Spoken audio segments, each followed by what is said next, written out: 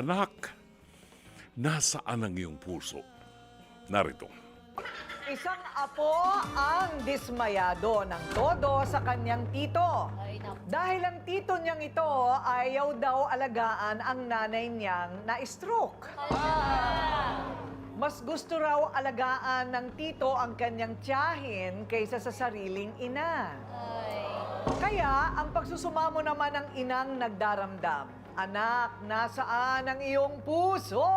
Ayan. Anak, dapat ikaw nag-aalaga sa nanay mo kasi kami ang napeperwisyo. Hindi nga kayo makapagtrabaho ang dalawang mag-asawa. Sino bang hindi magagalit sa ganun? Bumalik siya para lang magpaalaga. Ang tagal niyang iniwan yung anak niya. Kahit sino magagalit sa ganun. Kasi si Onat, nung maliit pa yan, iniiwanan ng nanay niya yan. Si nanay niya lagi umaalis. Kaya patindi galit siya sa nanay niya. Onat, nanay mo pa rin yan. Bali-baligtarin mo man yung mundo. Pag malasakita mo naman, huwag mo naman bastos-bastosin. Pakinggan na natin ang kwento ng magtito, Daisel at Onat. Harapan na!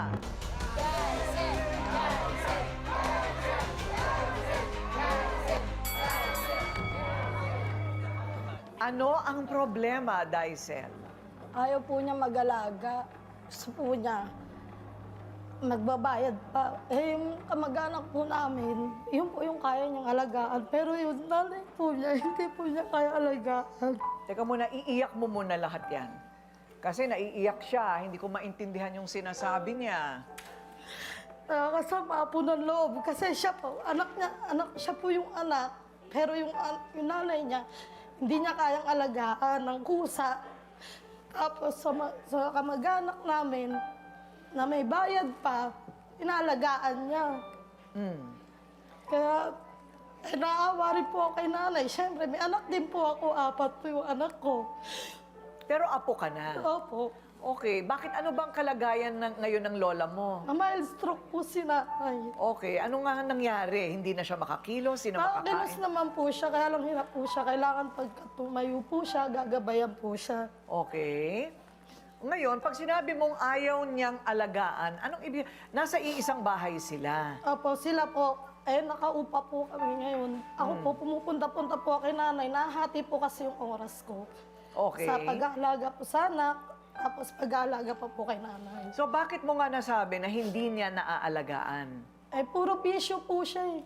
Tulad ng, Pag-inom ng alak, kada meron po siyang diskarte, sarili lang po niya. Hindi po niya kayang pag-anuhan si nanay. anong hindi kayang pag-anuhan? Hindi Yung magbigay po ng ginagastusan? opo. Siyempre, naano rin po kay nanay kasi sinisigaw-sigawan niya din po si nanay. Sinisigaw-sigawan ng nanay? Opo. Oh. Tapos, teka muna. Lalo po paglasing po siya. Oo. Sinisigawan po niya si nanay. Walang sariling pamilya. Wala po siya pamilya. Ako po may pamilya pero kinaya ko pong alagaan yung lola ko. Ilang taon na yung lola mo? 76 po. Ha? Nakakaakyat pa ng 3rd floor? Opo. Talaga Sabi ko ba? nga, baka may malaglag ka, bigla kang maakyat. May kasama po siya yung pinsan ko, inaalalayan po siya paakyat. Oh. Para lang po pumunta sa bahay. Okay. Pero may trabaho naman itong si Onat. Ano po siya, diskarte, catering po. May extra-extra po siya. Catering. Opo. Okay. Tuwing linggo. Oo. So, may senior na sinisigaw-sigawan. Okay, malalaman natin yan ba ay bawal sa batas? Yung, kumbaga, verbal abuse sa mga senior sa bahay, masasabi rin natin na sa pisikal, mas mahina na rin, hindi ba? Pero kung kamag-anak naman ang naninigaw, yan ba ay pwede pa ring ireklamo sa barangay o sa korte? Pakinggan naman natin ang panig ng anak na mas gustong alagaan daw ang iba kaysa sa sarili niyang ina. Okay, Onat, ito na ang pagkakataon mo. Bakit ayaw mo daw alagaan ang sarili mong nanay, 77 years old, na stroke pa? Hindi naman po sa ayaw ko alagaan, ate ko rin. Siyempre, kaya lang naman po ako nag-aalaga ng kamag-anak ng iba kasi wala naman din po akong hanap buhay. Yung kinikita ko po doon, yun po yung pinangkakain namin araw-araw, panggastos. Kaya lang po, hindi ko po siya natutukan ng gusto. Kasi yung kamag-anak ko rin po kasi talagang hindi na siya nakakalakad, dirap na siya. Kaya doon po ako nakapokus. Pero si nanay nakakaakyat pa ng 3rd floor, no? Kaya pa Malakas naman naman. po siya eh.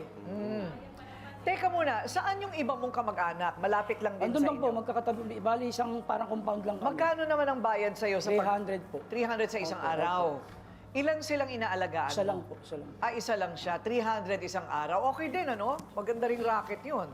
Okay, pero tsaka nakakatulong ka pa. Yes, parang caregiver, no, ate? Parang caregiver ba? Ano yun? Anong klaseng tulong dahil hindi na nakakalakad? Opo. Kasi yung bali, tita kong isa, pagod na rin siya galing sa palengke, hindi niya na masikaso yung kapatid niya. Kaya ako na kung masikaso. Okay. Paano naman yon? Kumikita ka nga, napupunta naman sa inom. Hindi naman po lahat, Ate Coring. Oo. Yung iba Hindi naman po, lahat. sinesave ko. Oo. Ang inaano ko naman po, hindi lang naman po ako ang anak niya. Bakit ako lang nirereklamo mo? Tama! Ilang kami? 4. Kasama pa yung nanay mo. Hindi rin naman siya nag-aalaga. Ah? Sa akin lang, nasa akin lang si nanay. Hindi rin sila nagbibigay ng pangkain. Oh. Dapat hindi ako lang. Oo nga Hindi ako naman. lang Teka sinisilip muna, yung mo. nanay mo, nandun din. Wala po. Saan? Nasaan ang nanay? Nasa bagong asawa po niya. Hindi kaya nga, wala na doon sa lugar ninyo? Wala na po. Wala po, na nakabukod po doon. siya. Hindi po Nakabukod sa po kasama si sa amin. mama. Tita mo? Bali, dalawa Iwalay lang po kami sila. kapatid Bali, na lalaki dalawang na kasama kapatid si na lang nanay. po. Baka Kuya Onat iniisip nila, ikaw, may asawa at anak po ba kayo? Wala O yun po, baka po kayo pinakamaluwag ang schedule o baka yun po ang mindset. Dahil yung mga kapatid mo, malalaki na rin. Opo, yung mga sumunod po sa akin. So pwede namin sabihin na inuna ng nanay mo mag-asawa ng bago kaysa alagaan yung nanay. Pwede rin ireklamo ni Kuya Onat yun. Pero teka, may dalawa kayong lalaking naiwan. Bali, Okay. 3 po. May panganay pa pong isa. May asawa na rin po siya. Nasa bahay nyo rin? Hindi po, nakahiwalay po. Hindi, yung kasama nyo lang sa bahay. Opo, dalawa lang po kami. Anong ginagawa nung isa? Yun po, siya po nagtatrabaho. Minsan pagka wala ako, siya po yung nagpo-provide ng kinakain namin. Nagtatrabaho din Opo, meron kasi. siya. So walang naiiwan dun sa Wala matanda. po. Ayun ang problema. Pero hindi naman sa galit ka sa nanay mo. May hinanakit po talaga. May hinanakit ka. Anong hinanakit mo? Kasi po, nung bata pa po kami, dati po siya nagtrabaho sa club. Oh. So, ang nangyari po, late pa lang po ako nun. Uuwi lang po siya pag gusto niyang umuwi. Maghapon, wala. Minsan, umabot ng araw, linggo, buwan. 6 na buwan, may doon lang siya sa mga kaibigan niya, doon siya umuwi. Tapos late po, nagulat naman po kami pag uwi niya. May kasama, may dala-dala na po siyang baby. May dala siyang Nabuntis baby. pala siya. Nabuntis pala, kaya hindi umuwi. Yan po yung kasama ko ngayon na balik kapatid ko sa ina sa bahay. Okay. Tapos hanggang sa tumagal na po, puro ganun po ang gawa niya. Hanggang sa nag-high school po ako. Nagpaalam po yan. Sabi niya, magtatrabaho daw siya, umalis na siya sa club, ano lang siya, yung kasambahay, labandera. Nagulat na lang po ko, ganun lang po nangyari. Ano? Araw, buwan, taon, 1 taon mahigit po, hindi po siya nagpakita, may nagparamdam. Wala po talaga. Sinong bumuhay sa inyo? Bali, dumidiskarte po ako, tapos pumupunta po ako sa mga tsahin ko, mga tita ko. Doon po, nagpapakatulong po ako doon para makakain ako. Kanya-kanya po kami, mga kapatid. Yun po ang nag-provide sa amin. Ano pala ang ginagawa ng nanay mo? Yun pala, nag-focus pa pala siya sa pag-aasawa niya. Sa pag-aasawa? Opo, nag-asawa po siya ng ulit. Oh my God. Oh. Para pong, ang sakit-sakit yung bang, wala, maaga na pong namatay ang tatay ko, tapos nanay ko na lang. Wala pa siya, ng mga Tapos, panahon na kailangan ko siya. So, kailan kayo binalikan? Noon pong namatay na lang yung asawa niya, siguro po sa mga year 1990s, mga ganun, bumalik po siya. Bumalik sa inyo? Kung di pa po namatay yung kinakasama siya, wala siyang balak siguro bumalik. Oh, so sino naman ang bumuhay sa kanya nung bumalik siya sa inyo? Doon din po siya sa amin lang, kami lang ulit. Naglalaba-labada siya. Oo. Yun lang po, nagiging ano ng buhay namin. Nung nagsawa na siya sa buhay, binalikan yung mga Opo. anak. Noong mga panahong wala yung nanay niyo, nagpaparamdam po ba siya sa inyo? Wala Sulat, po talaga. dalaw, wala. Kundi po talaga na disgrasya lang, napatay yung kinakasama niya. Wala po talaga siyang sigurong balak umuwi. Nagpasundo na lang po siya nun sa Ilan mga taon na tsahe ko. kayo nun? Siguro po mga 16 o 17. Ay, Tagal. naku, nagkaroon pa kayo ng aalagaan. Handa daw siyang dumepensa sa pinsan niyang si Onat laban sa mga taong humuhusga rito. Olay, humarap ka na.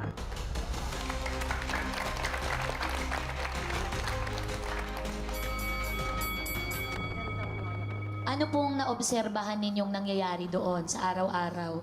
Kasi po bilang pinsan magkasabay po kaming lumaki. Magkaidaran kayo, magkasabay kayong lumaki. Halos ganun po. So, ang ano ko po, nakita ko or nalaman ko kung ano po yung talagang kung bakit siya nagkakaganyan. Kung ano. Ngayon, parang sumasama kasi yung loob ko kasi nagbubunga nga siya sa tito niya. Kumbaga parang galing pa sa pamilya niya, sa nanay niya, yung ano sa kanya. Kaya parang wala ng justification yung pinsan ko. Parang wala na siyang karapatan. Kaya minsan nagsasalita siya ng hindi maganda sa kanila. Kasi yung ganyan siya magsalita, bastos na sa kanila yun. Siyempre, kailangan niya rin naman pong mabuhay. Parang pinagtatanggol niya ang sarili niya. Opo. May tanong ako, Ate Olay, nanay ka na rin ba? Magulang ka na rin ba? Opo. Kunyari, ikaw ang mama nila, yung nanay ni Sir Onat, 76 ka na, tapos ayaw kang alagaan nung nag-iisang inaasahan mong anak. Kunyari, siya na lang. Opo. Ano po ang mararamdaman niyo? Masasaktan po ako. Totoo yun, masasaktan po ako. Pero kasi iniisip ko, hindi naman din po kasi sa bagay, hindi naman po ako nasa sitwasyon na gano'n. Pero kung iyaano ko yung sitwasyon na gano'n, syempre masasaktan ako. Kaya lang, masyado rin nung kabataan niya, nung hinuhubog namin yung ano namin, wala din siya. Wala siya. Ano bang pagkakakilala mo kay Kuya Onat? Mabuti ba siyang tao? Ano bang Sabihin na lang po, karakter niya? hindi naman kasi wala naman po perfectong tao. Ang sinasabi, ang ano ko lang po, kung nung panahon na nandun siya sana, para hindi rin sana to nagkakaganito ngayon. Kahit siya, wala naman siya nun eh. Kung i-judge niya yung tito niya, ganun na lang. Bata pa siya noon, hindi niya nakita. Wala pa po siya. Anong alam niya dito? Nagtatalo ba sila? Silang Minsan, dalawa, si Daisel opo, tsaka si opo. Onat? Minsan nagtatalo sila. Paano sigawan at away? Minsan, sasabihan niya to, wala ka namang kwenta eh. Mas pinipili mo yung may bayad sa'yo eh. Ang sinasabi ko, ma'am, hindi naman porki nanay mo, lola mo, tama. Hindi naman porki magulang ka, tama ka eh. Di po ba? Okay. Siya ang ina na may sakit na nagdaramdam sa anak na si Onat. Nanay Susan, humarap ka na.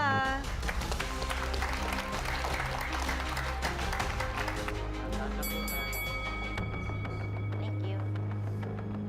Hello po, Nanay Susan. Kamusta po ang kalagayan ninyo ngayon? Okay naman po. Okay naman po. Ito po, ano po sinasabi ni Kuya Onat na para sa malaking parte ng buhay niya ay wala daw po kayo doon. Dati kasi wala akong kasawa. Naglilibang na ako kasi wala akong tatrabaho, naglalabada ako ng araw. Naku, pero nanay, di ba inabandona mo sila ng maraming... Bumalik naman sa bahay nila. Aba, Bumalik paano naman iniwan mo yung 5 mong anak ng napakatagal? At humanap na lang sila ng kanya-kanyang paraan para mabuhay, mga paslit Kasi pa. matagal na namatay na ang tatay niya. ngayon? Ginawa akong paraan. Ngayon, pero iniwan mo pa rin sila. Bumalik naman ako sa bahay nila. Iniwan mo nga yung 5 mong anak. Di ba? Paano ngayon yun? Tapos biglang nung namatay na asawa mo, binalikan mo sila bigla para may mag-alaga sa'yo. Paano ngayon yan? Kayo ba ay may hanap buhay ngayon? Wala. Wala. Bakit? Bakit po? Hindi ko na kaya 70, ilang taon na siya? 76. Okay. So ngayon, bumalik po kayo doon. Bakit po ninyo minamasama na siya po'y nagtatrabaho sa iba? Kasi iba naman kinaalagaan niya eh. Meron po siyang kita doon eh. Ako, hindi na niya alagaan.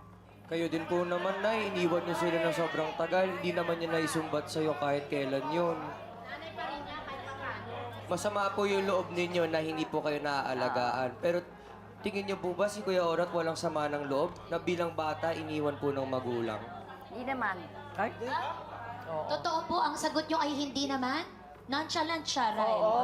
Doc Camille, parang in-erase niya yung bahaging yun ng buhay niya para hindi niya panagutan. Ano? Guilt. Yeah, it's like parang selective. Yung nasa subconscious, pero selective yung amnesia niya na parang, wala akong alam dyan. Correct. Parang nakakalungkot isipin na ganun. Pero alam niyo, pag naka-experience kayo ng ganyan, yung psychodynamics, yung sinasabi nila kung bakit nagkakaroon ng pagkakataon na nagtatanim yung anak, hanggang hindi po nare-resolve yun, nandun yung galit, yung sabihin na natin, yung hatred na sinasabi, or yung tinatawag na deep anger, yung angst. Talaga nagkakaroon ng ganun. Dr. Love, ano ang sinasabi ng Biblia tungkol sa hinanakit? Hinanakit na matagal na. Paano ka makakalimot? Hinanakit ng isang anak sa magulang siguro. Pwede, oo. Pwede nating i-apply yan. Pero pag tinanong natin ng Biblia, yung hinanakit na yan, aalisin yan sa atin. No? Papaliwanag ko yan maya-maya. In the meantime, gusto ko lang i-focus, hindi porke magulang kami, lahat ng desisyon namin sa buhay ay tama. Nagkakamali din kami. At sa amin ng mga matatanda na, kaiba yung umaamin sa pagkakamali at nagbabago ng buhay ng pananaw. Iinog lang ako kay Onat at saka kay Susan. Aling Susan, tanggapin natin ang katotohanan. Whether you like it or not, naging nanay ka kay Onat at sa mga anak mo, pero hindi ka naging mabuting ina. Kasi inabandona mo ang mga anak mo. At hindi maliit na bagay yan para talikuran mo ang mga anak mo. Okay? Dahil nag-asawa ka. Ang mga anak ay hindi insurance na porke matanda na tayo, iaasa natin sa kanila. Kagaya ng sinabi po ni attorney, 74 na kami, pero naghahanap buhay pa. Kailangan kasi. Hindi kami dapat maging burden sa mga anak namin. Knowing that, Susan, hindi ka na kinakailangan maging demanding. Kung may pakikita mo sa anak mo yung kababaang loob mo bilang magulang, paglilingkuran ka talaga ng may pag-ibig. Kasi huwag mong hanapin ang bunga sa anak mo. Kasi wala kang itinanim. Kaya hindi magbubunga ang puno. Walang puno na magbubunga. Tama lang ang nararamdaman ni Onat na may sama ng loob sa nanay dahil tinalikuran sila. Sino nga sa inyo hindi sasama ang loob? Tinalikuran sila. Kailangan kumayod. Hindi sila napag-aral. Kung napag-aral yan, baka executive yan sa Makati. Pwede tayong sumandal sa kanya. Ngayon, sangkahig santuka pa rin si Onat. Onat, ito lang ang sa akin. Ipinagbibilin sa Efeso, kahit sa 10 utos ng Diyos, ang kaisa-isang utos na may gantimpala. Igalang mo ang iyong magulang, ang iyong ina at ama. When we say igalang, kasama ang paglilingkod. Okay? Anumang sama ang ginawa ng nanay mo sa iyo, limutin mo na alang-alang sa Diyos, paglingkuran mo siya at huwag mong balikan ang pagkukulang niya. Dahil may panahon pa na pagyamanin niyo ang pagsasama ninyo habang may buhay pa siya. Huwag mo lang abusuhin, Nanay Susan, kasi wala kang itinanim, kaya wala kang bungang aanihin. Mga kapatid, ito po si Brother June Banaag. Dito tayo sa totoo. Dito tayo sa True FM. Mag-subscribe at i-follow ang mga social media accounts at True Network PH sa FB, Instagram, X, YouTube, TikTok, and podcast.